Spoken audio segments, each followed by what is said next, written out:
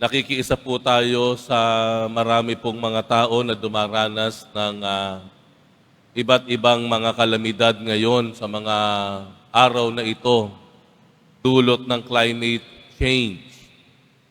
Hindi maipaliwanag yung mga nangyaring pagbaha, paglakas ng ulan sa mga lugar na hindi naman talaga inuulan, na tinuturing ang disyerto.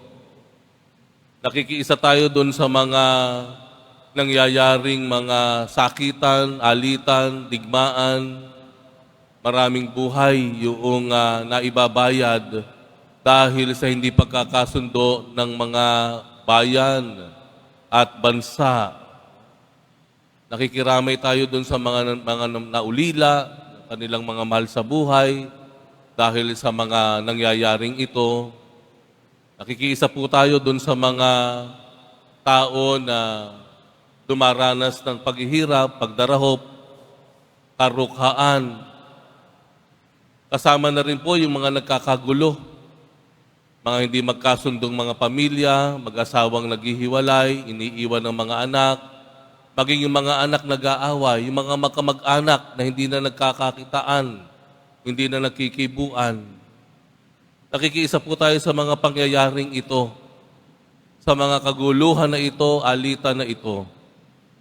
Ang sabi ng Panginoon sa Ebanghelyo, huwag ninyong isipin na naparito ako upang magdala ng kapayapaan sa lupa, naparito ako upang magdala ng tabak, hindi kapayapaan. Nako, Father, parang hindi ko naman yata matanggap yan. Ganun ba ang Diyos? Yan ba talaga ang pakay niya sa atin? Guluhin tayo. Yung mga mag-ama, pag-aawayan, mag-ina, pag-aawayan, magbiyanan, pag-aawayan. Yung ba talaga ay paraan ng Diyos? Ano ibig sabihin nito? Siya bang may dahilan kung bakit nagkakagulo tayo ng ganito?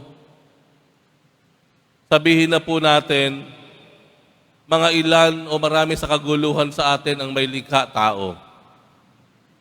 Ang may likha, ang ganid ng tao. At sabihin na natin, pinapayagan ng Diyos minsan mangyari iyan. At minsan siguro sabihin na natin, kagaya na nasa Ebanghelyo, nasa kalooban ng Diyos na mangyari iyan. Ano ibig sabihin nito? Paano natin maipapaliwanag? Ituloy po natin yung pagbabasa. Kasi yung susunod na mga salita ang magpapaliwanag sa atin. Sabi dito sa 2 talata, ang umiibig sa ama, ina, ng higit sa akin ay hindi dapat sa akin. Ang umiibig sa anak na lalaki, babae ng higit sa akin ay hindi dapat sa akin. Ang hindi nagpapasan ng kanyang krus, sumusunod sa akin ay hindi dapat sa akin. Ang nag-iingat ng kanyang buhay, ang siya mawawalan nito. Ano ibig sabihin po nito? Pinapaliwanag ng Panginoon kung bakit nasabi niya yung mga salita na iyon. Ibig sabihin ng Panginoon, ang dapat pinakamahalaga sa buhay natin ay siya.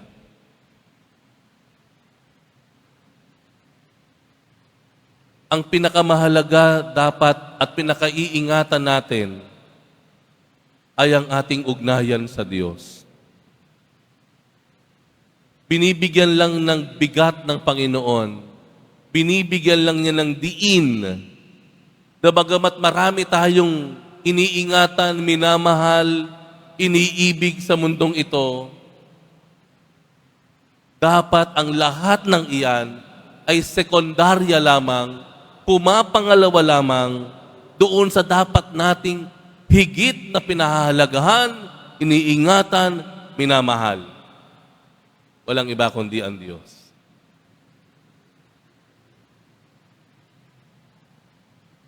Bakit? Sundan uli natin. Ituloy natin yung ating ebanghelyo. Sa bandang huli, sinabi niya kung bakit. Dahil ang umiibig, nag-iingat, at nagpapahalaga sa Kanya ng higit sa lahat, ay makakatanggap ng higit na gantimpala sa buhay na ito, sa mundong ito. Nakita niyo sa bandang huli? Kapag tinanggap mo isang propeta, ang gantimpala mo, pang propeta lamang. Kapag ang tinanggap mo ay isang alagad, ang gantimpala mo, pang alagad lamang. Sinasabi ng Panginoon, pag ako ang itinuring ninyo na pinakamahalaga, pinakaiingatan, pinakamamahal niyo sa buhay, ang ibibigay ko sa inyo ay lahat-lahat. Higit pa sa inaakala niyong yaman ninyo. Higit pa sa ligaya na inaakala ninyo.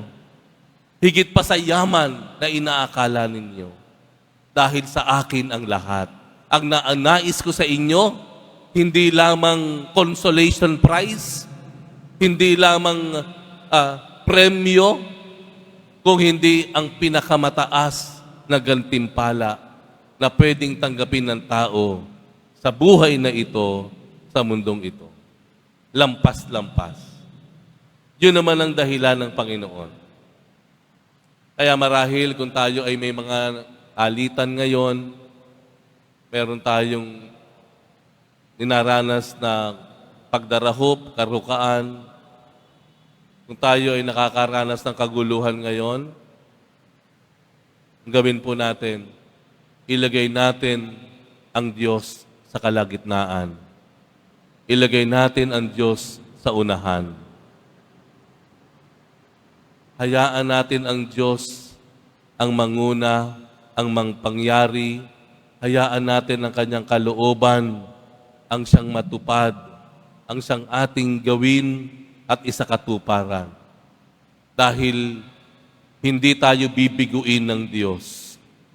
Ibibigay niya ang gantimpala na nararapat na buong pusong niyang ibibigay sa atin.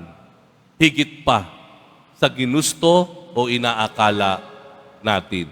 Sabi nga, siksik, liglig, at umaapaw.